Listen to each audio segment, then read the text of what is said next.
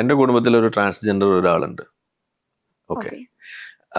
അതുകൊണ്ടും കൂടിയാണ് എനിക്ക് ആ കാര്യങ്ങൾ പറയുമ്പോൾ ഇന്ന് ശരിക്കും നമ്മളിത് സംസാരിക്കുമ്പോൾ നമ്മളത് ആ ഒരു റിയലൈസേഷൻ വരുന്നുണ്ട് നമുക്ക്. അതായത് കാരണം പുള്ളിയെ നമ്മളൊക്കെ ചെറിയ കുട്ടികളായിരിക്കുമ്പോൾ ഞങ്ങളെ ചോറ് തിന്നാത്തതിനൊക്കെ പേടിപ്പിച്ചിരുന്ന ഒരു വ്യക്തിയായിരുന്നു ഇദ്ദേഹം. എന്നുവെച്ചാൽ ഇദ്ദേഹത്തെ കുറിച്ച് പറഞ്ഞിട്ട് ആളുടെ പേര് ഞാൻ പറയുന്നില്ല, കാരണം ഇപ്പോഴും അത് ആലോചിക്കുമ്പോൾ നമുക്ക് വലിയ വിഷമമാണ്. കാരണം പുള്ളിക്ക് പിടിച്ചു കൊടുക്കും, ഓക്കെ, പുള്ളിയുടെ കൂടെ കിടത്തും, ഇങ്ങനെയൊക്കെ പറഞ്ഞാണ് ഞങ്ങളെ ചെറുപ്പകാലത്ത് പേടിപ്പിച്ചിരുന്നത്. അപ്പൊ ഞങ്ങൾക്ക് അത് കേൾക്കുമ്പോൾ ഒരു വലിയ പേടിയായിരുന്നു കുട്ടികളായിരിക്കും.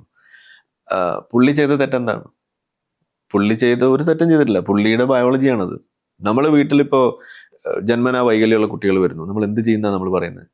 എന്തെങ്കിലും ചെയ്യാറുണ്ടോ? ഇല്ല. ഒരു ആൺകുട്ടി ജനിക്കുന്നു, എന്തെങ്കിലും ചെയ്യുന്നുണ്ടോ? ഇല്ല. ഒരു പെൺകുട്ടി ജനിക്കുന്നു, എന്തെങ്കിലും ഒന്നും ചെയ്യുന്നില്ല.